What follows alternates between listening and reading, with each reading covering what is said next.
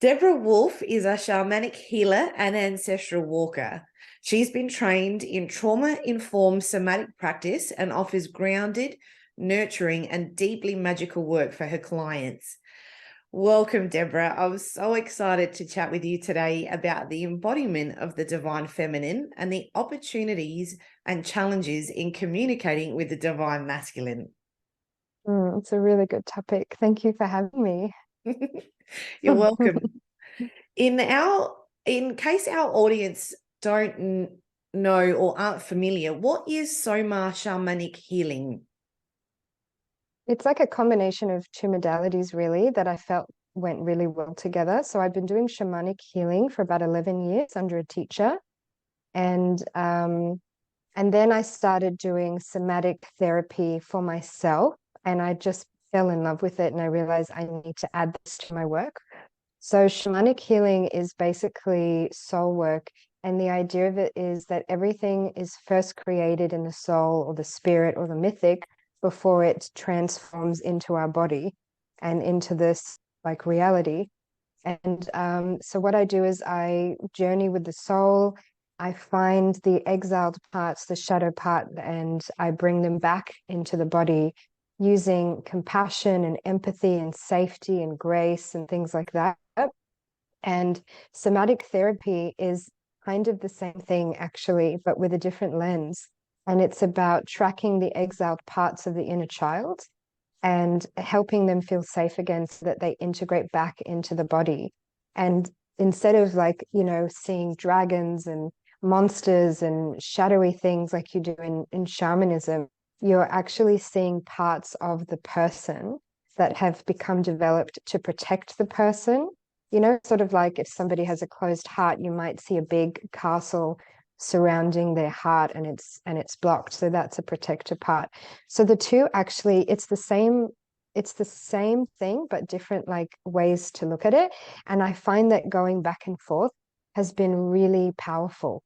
And it's given my whole level of healing and holding this extra like feminine energy that wasn't available just with shamanism.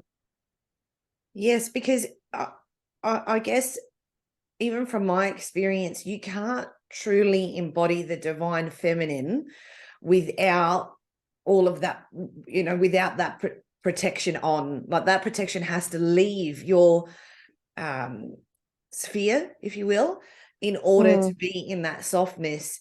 And so is that Yeah. how you're helping your clients? Yeah, it's basically it's like the best defense is an open heart sort of thing. So it's reminding them that the oldest part of their heart, the one that knows them from this life and other lifetimes before, that's actually their truest nature and the truest, most authentic part of them.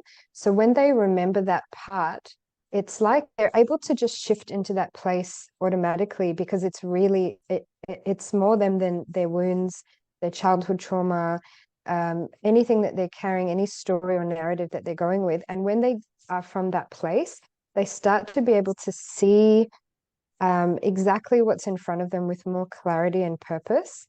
And they're able to go, okay, so my inner child, she actually needs me to be still. She actually needs me to hold her. She actually doesn't need to go through this situation. So I'm just gonna rest and be with her.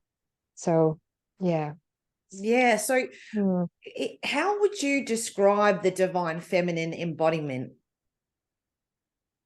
Um, I think it's like somebody who can say no, actually. I think it's like um that part of us that is like this fierce mama energy.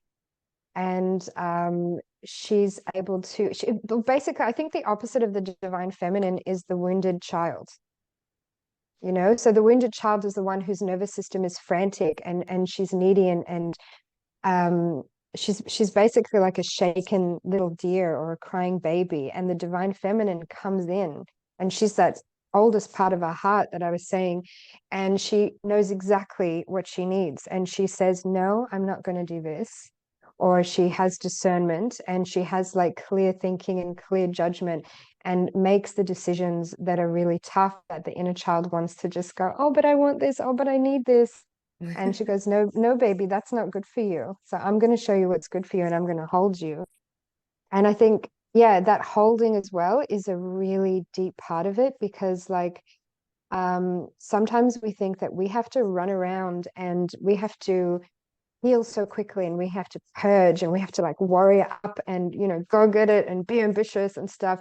But the divine feminine, she wants to sit back and receive, and she wants to be in that place where she trusts that the right thing is going to come. And instead of going very like a straight arrow towards things, she wants to know that there is an abundance of healing and rest and integration. So part of my journey was like with the shamanic path that I did a lot of heavy lifting for about 11 years. And that involved me constantly warrioring up and doing these really big initiations and rites of passage.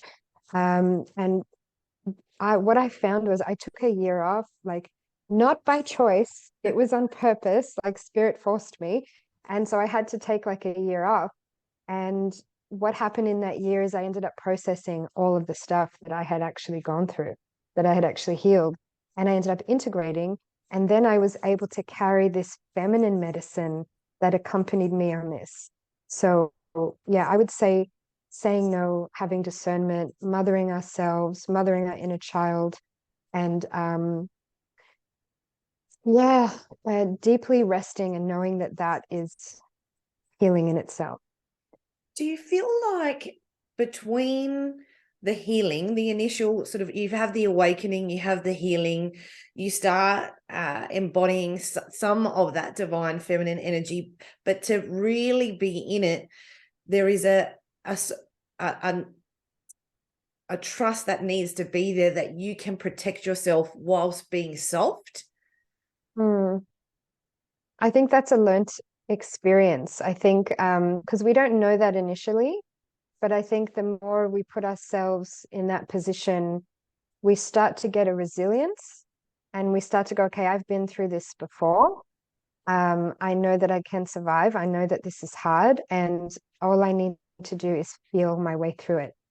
I just have to feel.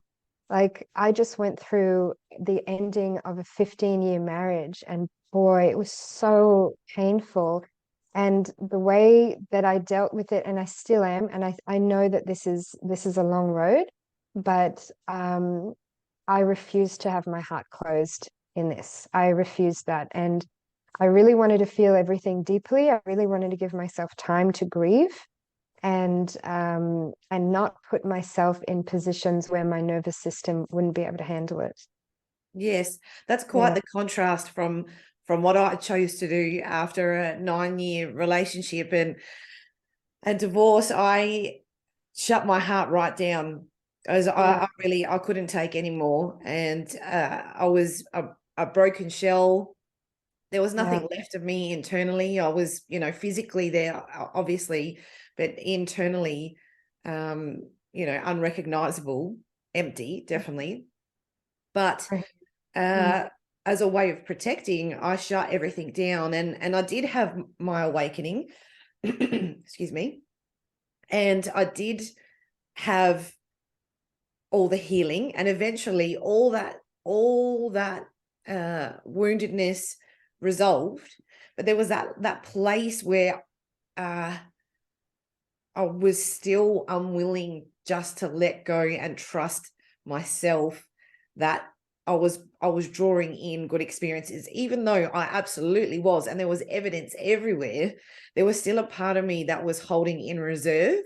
And I feel like a lot of the feminines out there who have done that work, a lot of them have still got anchors to that hardness. They don't quite know how to soften, but they want to. I think that process is part of it. I think what you just said, I feel like as you were saying it, there's like this general okayness about it. Like my heart as well, completely contracted. And there's actually this dance between me struggling to open it fully and me having to contract. Like the contraction is a protection. as long as we can map it out and know that this is what's happening to us, and that it's also a really important stage of grief, to like cover ourselves up and hide away and really go through that. And after something like a marriage, like 9 years, like there is a death that happens. There is a big death that happens, like in us and in that space that was inhabited by this person that's no longer there. So there is a natural crumbling, like that is definitely part of it.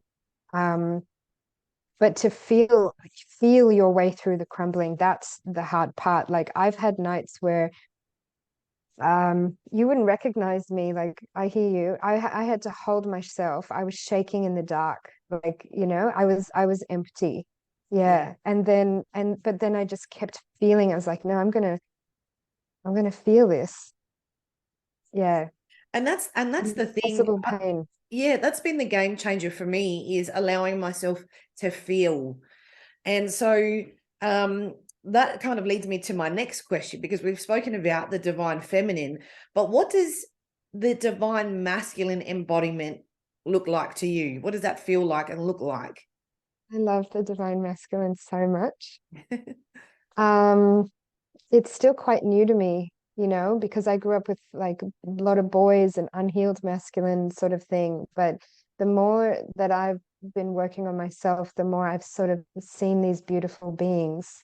And I guess what I can say is they're deeply present and they're deeply listening to the space that's created between you and them. There's a curiosity instead of this like taking energy. There's a curiosity for intimacy and like dancing with that and what's going to come up for me. There's a deep listening to themselves as well. And it's just so powerful. Like, yeah, and there's this stillness and this holding as well. Like what men may not realize is they really want to protect us, and they end up fixing, rescuing, stuff like that. But being around a divine masculine, they don't try to do those things. They know that you have the capacity to do it yourself. So there's this holding instead. And it is this incredible thing to be held by a divine masculine who knows that you're going through something and you just need to be held compassionately and have support as you go through it, because you will get to the other side. I mean, they truly, when you come across a divine masculine, they truly see you, don't they? They see who you are. So they don't expect you to perform or tap dance or prove, anything. They just are curious about you. And it is it feels like a real blessing, don't you think? Yeah, it does. Like it, being around them is like, it is a blessing, but it's also like this catalyst feeling. Like I remember we spoke about this, and it's like, okay, so I had this instance where I met like a real divine masculine earlier this year, and my body said to me, oh, he can hold you. Like I didn't even speak to him. I didn't have words with him yet. And I just knew that this person could handle me, could handle the crazy me, the emotional me, like that he had the capacity to hold. And when I started talking to him, what I noticed was that I was feeling strong when I was talking to him. There was like, I don't want to say he allowed me to be strong, but it's like his energy was so receptive to me that I was allowed to just be myself. And I wasn't like this shy, shaking little person that sometimes happens to me around very strong men, but I was very powerful and in my body. So I noticed that being around him allowed me to really come out as me. And and what happened to me, it was such a catalyst that the next few days I went through this like emotional kind of purge sort of thing where it kind of, it changed me in a way. Like being around that energy made me realize that that's all I want. Yes. Yeah. And I Yes. refuse to settle for anything less. Oh, I hear you, girlfriend. I hear you. I mean, it's a completely different experience. I remember the first time I had an interaction with the divine masculine. I think I told you this story where I was interviewing him. He was overseas, and luckily, he was, because that I physically, my body had a physical reaction. I broke out into a sweat. I had a sweat mo. Lucky he couldn't see any of that, but I could feel so intensely the energy there, and it wasn't on a romantic level, but my physical being was receiving and understanding what that energy and that interaction feels like, looks like, how it operates. And there is so much strength there, but not in a commanding way, in the most beautiful, playful, gentle strength that you've ever seen. And so of course me too. Like, that's the kind of energy that you want to be in. That's the kind of man that we want to see more of. And hopefully more and more are starting to do that internal work so that they can embody that, because just like the divine feminines have been wounded by the masculine, the toxic masculine, men have as well. They have also been on the receiving end of toxic masculinity. So there is that, they also need to do the healing. Many years ago, when I was a kinesiologist, I started to do some posts about healing the divine masculine. In fact, one of my art collections that I did and exhibited across Melbourne in Australia, that exhibition itself was about healing the divine masculine within the feminine. So there was a lot. Yes. I was tapped into that, but I still at that point hadn't actually come across a divine masculine. Now I do, and those experiences are so sacred. The ones in the physical are different again. That they're like, especially on a romantic level, they're quite intense, but it is another opportunity for you to go within and look even deeper in yourself. There's like another layer I feel like you can't get to without the divine masculine. And I feel like that's true of a lot of relationships. You learn another part of yourself, but with the divine masculines and the divine feminines together, there's another place that you can reach, because that union is so sacred and it's contained in that beautiful energy, that juicy energy. Oh my gosh, your words are like butter.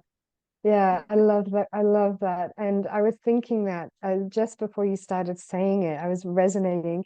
It is about the parts of us inside. And I didn't realize it until you said it, that I've actually, as I've been on this healing journey, I've been healing my feminine aspect, but my male aspect this year, especially in the last 3 months, has really, really come up, and it's getting healed as well. And I'm noticing that there's so much more balance in me that wasn't previously there, and this ability to speak up and be soft and be strong at the same time, and have this sense of like, I feel this power in my belly that wasn't really there before. It was more really like this feminine watery energy, but I feel like this fire in my belly is like, yeah, very strong. So I hope that makes sense. I Yeah, just of went into course. this visual place. It does But I make hear you. Yeah. it does make sense. And unless you've had that experience, it's kind of hard to explain, other than it feels like complete and total bliss. You can't really articulate it any better than that. And I hope that everyone gets to experience that sooner rather than later. But how do you, in the meantime, while we're waiting for these divine masculines to do their work, and praying all the time that they speed that process up, because our world needs to change and it can't without them. But how do you help women step further into their divine feminine embodiment using the Soma shamanic practice? It actually comes up all the time. So one of the things that I've noticed with women is this depletion and exhaustion. that they go through. They're doing 1,000 things at once. They've got so many different roles. And one of the main things that I do is I talk about rest and integration. And we have our moon time every month that blesses us with this. So this is a perfect opportunity to stop and rest and integrate. Like, I come from traditionally on my mum's side, I come from a Jewish background. We're Iraqi Jews. And one of the things that I've always appreciated with that heritage was the Shabbat, which is this rest period. Like, it's so clever and simple. Turn everything off. Don't talk about work. Don't do, just be. And that's what our moon time does. And even if you don't have your moon time, it's okay. You just use the dark moon. You still run with the moon, but you don't bleed. So yeah, this is a really, really big part in me helping women to just be and receive instead of do and constantly act. Oh, of course. I know from my own experience, I've had a number of different issues with, fibroids and, heavy cycles and so forth, sometimes so traumatizing that I haven't been able to walk. And I used to fight a lot to push through that. I had to be in my corporate job. I couldn't take time off. Yeah. I couldn't explain that actually, I'm mentally, I can't function when I'm in this amount of pain. And there was no real understanding. And again, that talks to the fact that people are disconnected from the realness of what others are experiencing, and honoring yourself and resting. That's such a big part of the divine feminine embodiment. I have learned, I've had to reteach myself how to rest, and not only just resting, but resting with no guilt, which is a whole other thing. It's a whole other thing. It's a whole other thing. Yeah, it is. It's so hard for women to rest. It's and Yeah. because I should be A, I should be B, I should be C, I should be D, I could be, I'm not giving enough, I'm not doing enough. But that rest is that self-respect, isn't it? Yeah, it is. It's that divine mother looking after the inner child. Like, you need to go to sleep. Tomorrow's a big day. You have to have all your strength. It's like that kind of thing. It's Totally.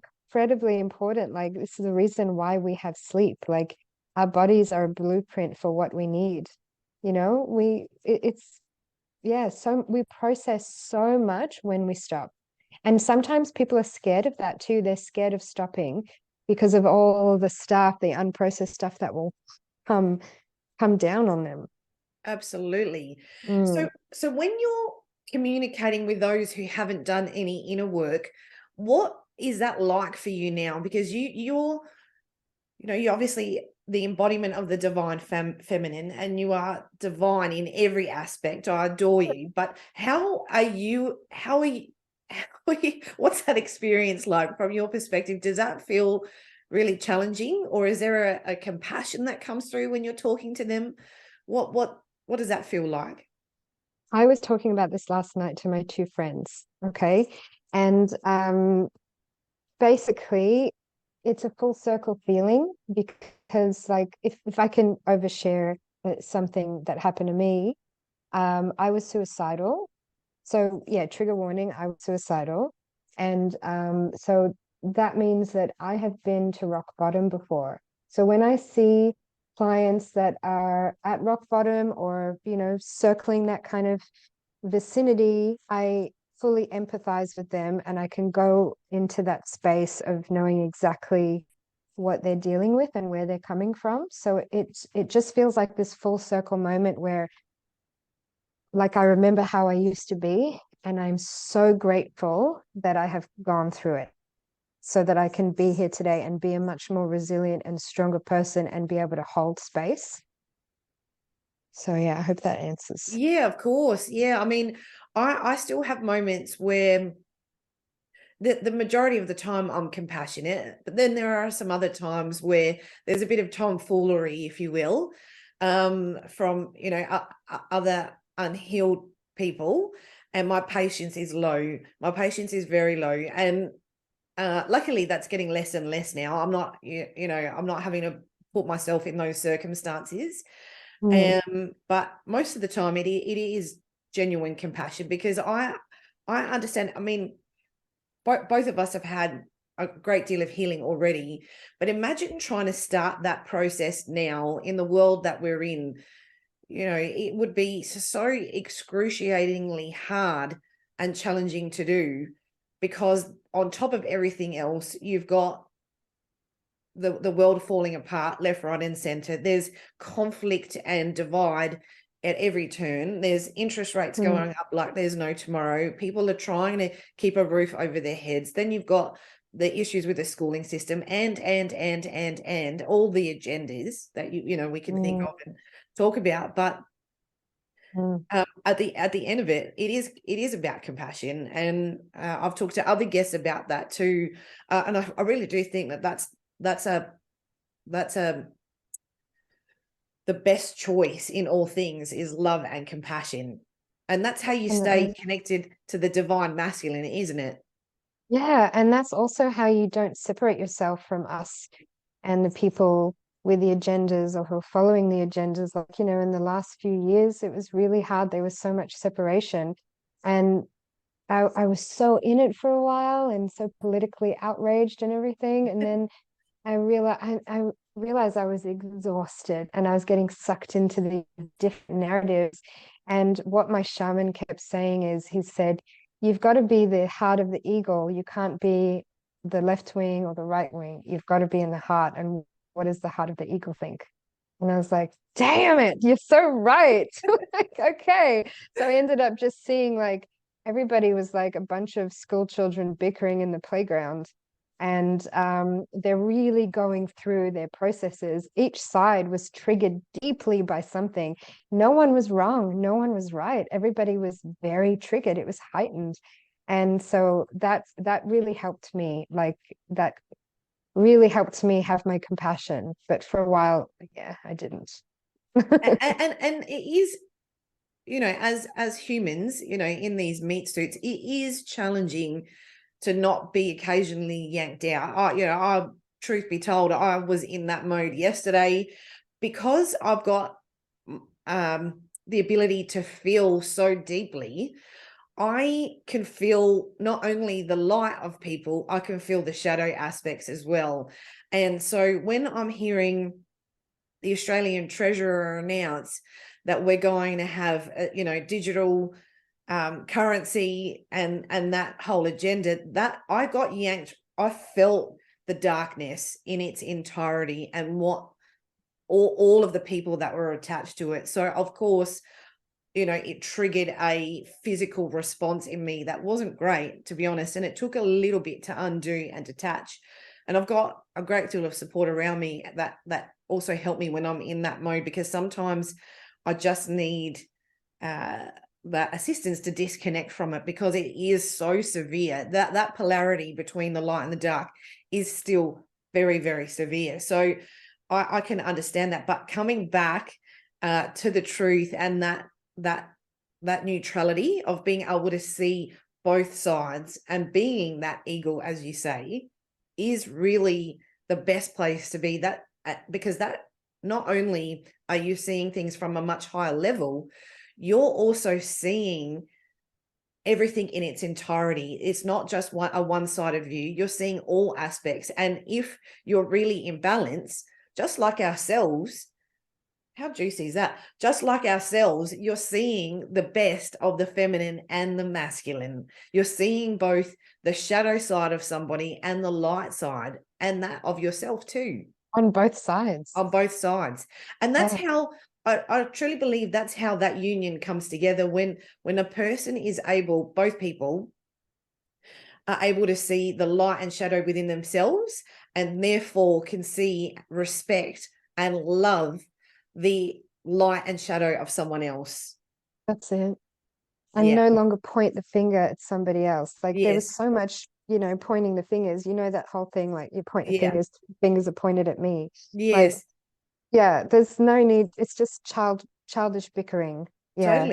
Totally. And so for a good while there, well, actually, for the majority of my life, I've been able to see the light and the shadow aspects. Sometimes when in the unhealed, in those unhealed years, I stayed with, people who were traumatizing me left, right, and center, and interacting with them and choosing to do that at every turn. That's obviously not the case now, but eventually I was still seeing the light and shadow of someone else, but that sometimes people aren't able to receive it because they don't know how to do that on their own. They don't know how to look within.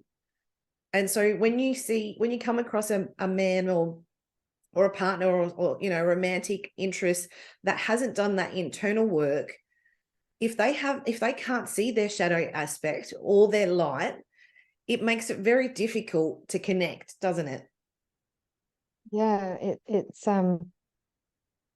if they don't see their shadow aspect, it makes it difficult to connect because it's playing out and it's leaking out everywhere. Yeah. Um, you can't see it when you're in that swirl. You can't, it's like impossible. And two people generally attract each other when they're going through something like that in order to heal something too. So yeah, it is difficult, but um, the healing happens in unconscious ways that are a little bit more painful sometimes when, yeah, they're not directly seeing it, but sometimes it takes that in order to see it. Totally. And also laughing at the shadow aspect, not taking it so seriously either, actually being amused by the not so great things, like I can be extremely bossy and very naughty, sometimes with things, but all right, but I accept that I don't need to be perfect in that way. I can be on the other side of it, really loving and nurturing and all the things, but it does come in a balance. And so when you can see those aspects, I think it makes it so much easier to see the aspects in someone else.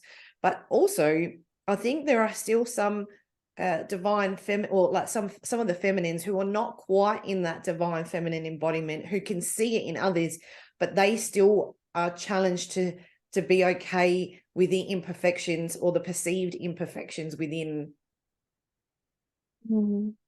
I don't think being a divine feminine is like a destination or like a last stop. I think it's like a process, like a Yeah. continuation on the day before. I think it's important for them to, and even like, yeah, sometimes even like having that as a place to get to could be a restriction as well. It's just continual process of going to the edge and looking over the edge and seeing our stuff and holding ourselves compassionately. Like it's reparenting, like the Yeah, divine mother and the divine, sorry, actually, that's what I was going to say. The divine feminine is like, the divine mother, and the divine masculine is the divine father. And we're reparenting our little shaking, wounded children. absolutely. And that's Mm, why so much of the chaos that we're seeing is happening, because we're just all wounded kids. yeah. Even some of the people that we're challenged by the most, to look at them like a wounded child, not as the adults that they are, but as the wounded children, makes it so much easier to digest what you're seeing, what you're experiencing, and what you might be on the receiving end of. Absolutely. And then with that, there's discernment. And you say, okay, I see them acting from their wounded child, so I have compassion for them, but this isn't right for me, and I have Yes. to step out. Yes. Yeah. And that's where that boundary work is important. And that's what you learn initially after you have your awakening and you start doing that deep healing, before Mm. you start, really, embodying that, that sort of parenting mother mode, if you will. Mm.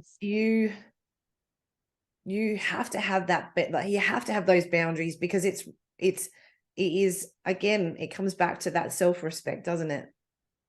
Yeah. I think it's yeah, something that you learn.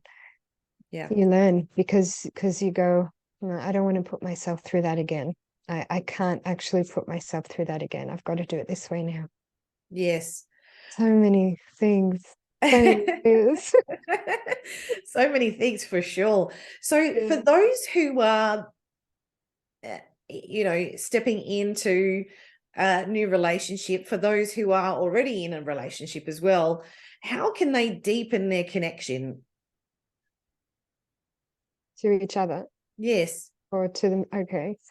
Um, by, yeah, I think I mean, it's really important to put the relationship or the partnership first, like, well, to put yourself first, your relationship with yourself first, but to make the partnership or relationship a priority, like something that you continue to water and continue to garden and continue to work on. But yeah, the first thing is having self-responsibility, self-compassion, continuing to go to your edge and working on yourself, continuing to be real, saying your truth, not letting it hide away and lock inside you, and creating safe spaces for each other so that you can do that with each other as well. Absolutely. Because you can't have Mm. one person working on themselves and the other person doing no work. Mm-mm. That doesn't No, work. that's been my experience. That's Well, been my whole. me too. Me too, many Cannot times. do that. Yeah. No, but that's not that, we don't choose that anymore, and we know to the things to look out for, and even having those conversations when you're dating, having those conversations about, so how do you, how do you care for yourself, and how do you take responsibility for your emotions? What is some of the work that you're doing? And that's not, you can't have conversations like that with people who haven't done any work at all. They quickly run away from from my from my experience. But that you want someone that's going to be able to answer those questions. And even if they can't, even if there's no specific things, like they don't, have healing or, whatever, they can articulate how they take that self-responsibility. Yeah, definitely. And with that, it's like I've started being in the dating scene this year, right? And the first thing, I think I might have even said this earlier in the call, so sorry if I'm repeating it, but my nervous system comes first before anything else. Before I go on a date, if it doesn't feel good in my nervous system, it just means I'm not ready. And there's that whole thing as well. Like I used to have to push myself and force myself to get ready and have all these like cathartic type moments.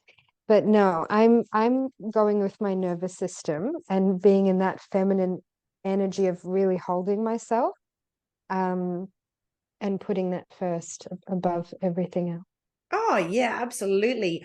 And if a partner does that too, like both of you are doing that, oh my God, what an amazing connection.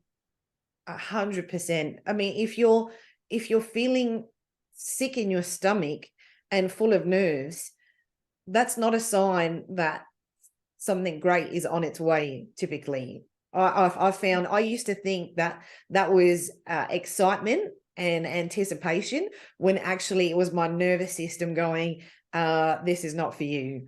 And sure enough, that was exactly the outcome. Yes. Yep. I am fully with you there. Yeah. Yeah, so Yeah. that the nervous system is such a big part of our our everything, and it is so useful in all of the decisions that we make, not just in relationships, but in all the things that we're choosing. Yeah, definitely. Like I could say so much about it. But yeah, essentially if I didn't choose that, I would be choosing um I would be going down this trauma vortex kind of path where I keep putting myself in harm's way. Yeah, going after people with red flags and things like that. And yeah. The scene, the visual that I'm getting in my mind is, Julia Roberts in Eat, Love, Pray, or Eat, Pray, Love, or however you say it, and she's in Bali and she meets that, beautiful divine masculine, if you will, and he just adores her and wants to give to her, but because of her experiences, she's not able to receive it fully. And because it's not a dramatic chain of events, because it feels easy and everything's unfolding without chaos, drama, it feels like too good to be true. She wants to run away, and that is again just another sign of the nervous system learning what feels right and what is meant and what is not. Yeah, and what you're ready for and what you're not ready for. And it's a perfect opportunity to hold yourself in that time. That's what it's for. And after your nervous system, because your nervous system going sporadic isn't forever. It's this moment where your inner child is really in fight or flight mode. So it's an opportunity for the divine feminine, the divine mother energy, the oldest part of yourself to come in and hold her and ask her, what do you need? Like having a conversation. What do you need? What do you need right now? Do you want to dance with this partner? Do you want to sit back and just like following her instructions? Yes, absolutely. And again, no matter what decisions we're making throughout our day, that should be the question. What do you need right now? When someone inevitably triggers you, because they do, because that's learning and that's life, and we've got some intense astrological energies going around at the moment, which is driving that to the forefront, especially in the next few days. It intensifies, so people's frustration levels and patience is going to be a bit wobbly, but asking yourself, what do you need? And doing that check-in before just reacting, I think is a really great practice. Yeah, definitely. Yeah. That is like the divine feminine and masculine aspects to me. Both. Yeah. And whether you're male or female, it doesn't matter. That practice is essential for longevity in the things that we're choosing. Yeah, I hear you. Yeah. Yeah. Mm. So changing gears now, you're a change maker. You're a divine, gorgeous human being. What do you love about being a change maker? Thank you for saying that. I will take it. Let's see. So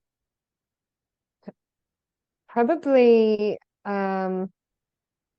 I feel like saying I am a double Scorpio with most of my planets in the first house Scorpio. I don't know if you know much about astrology, I but do. there's an intense thing going on here. They're totally Okay. intense. And it means that I'm constantly going through a death and rebirth process.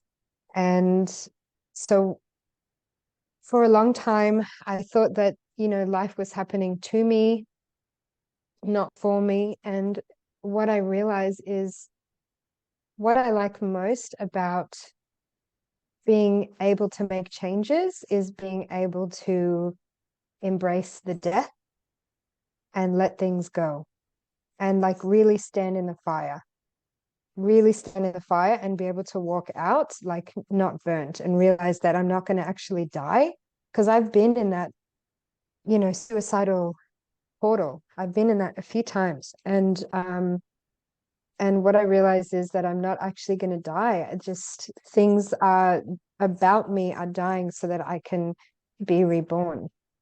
And being reborn is being my most authentic self. And it's basically being this sparkly inner child who wants to come out and dance and play and sing and laugh. And so, yeah, I hope I've answered that. Just being able to step into the fire and transform. Yeah. I love that, being reborn is being my authentic self, and stepping into the fire is the key. One of the things that actively frustrates me about the fake spiritual, if you will, that we're seeing on our socials, everyone's, yoga posing in a bikini and doing all these wonderful, gorgeous. They're gorgeous photos, beautiful. But that's not, to me, that's not healing. Healing is stepping into the fire, sometimes being in the freaking fetal position, rocking back and forth for a bit and being in it to be able to come out of it and go, yes, I have done this. And that is what, to me, real healing is. Not, I'll hold a couple of crystals, even though I'll wear crystals all the time. Not, I'll just stay like superficial with it. You have to get in. You have to know that feeling of that gut wrenching, heart cracking open healing. Yeah, you can't just show one side of the bliss. You can't just show, oh, the bliss. No, the bliss happens after your rebirth. That's right. If you've done sweat lodge before or plant medicine, that bliss is the arse end of it. Okay. It's the part where you've come out of, it's the butterfly part. Like the first part of it is the absolute crumbling. And so they've got to dance together. You can't just show yoga poses on the beach. It's got to be the real thing. Absolutely. Like I feel like this because I've just gone through a huge transformation and it was, yeah. I mean that, and you want to see that realness, and I guess it is scary to and I would assume that it's challenging for people who haven't done any work to see that side of things. It doesn't look appealing to have to break through and have your world turn upside down. It doesn't feel good to think that that's what's going to happen if you start to open the door. But the universe, I always say, the universe gives you a little tap on the shoulder. It gives you a little nudge on the back. It gives you another bit bigger nudge.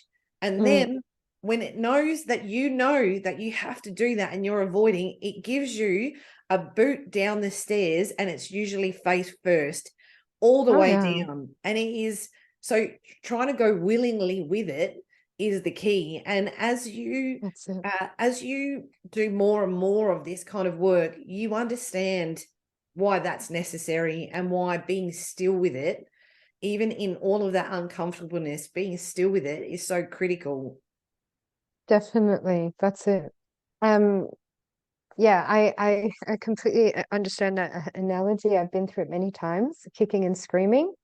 And I think and even if you're like, you've been doing this for 50 years, there's still going to be moments when you go kicking and screaming when your core wound is triggered. But standing on the edge and being self-aware and knowing, okay, this is a trigger coming up, just having that self-inquiry and really listening, that is the open door that you need. And then you end up, you get the lessons, but they're nowhere near as brutal and hard. And also, you also get this sense of support. You get this sense of holding from the mythic realm, from the soul realm. You really do. And then life starts to mimic that too. You start to see it in real life, like the synchronicities, but also you start to see that, okay, spirit really likes the path that I'm on. I'm starting to meet these aspects that are representing the highest path that I'm trying to go on. Yes. Yeah, that resonates so much. Absolutely. Well, we could talk for hours, but I just wanted to say thank you so much for being on the show today. I've loved our conversation. And I, as I said many times throughout our conversation, I absolutely adore you. I love the work that you're doing. And I look forward to seeing more of what you do in the future. Thank you so much. I adore you as well. And this was such a pleasure. I love how deep that we went. And yeah, Me thank too. you. Me Thank too, you. gorgeous. Yes. Thank you.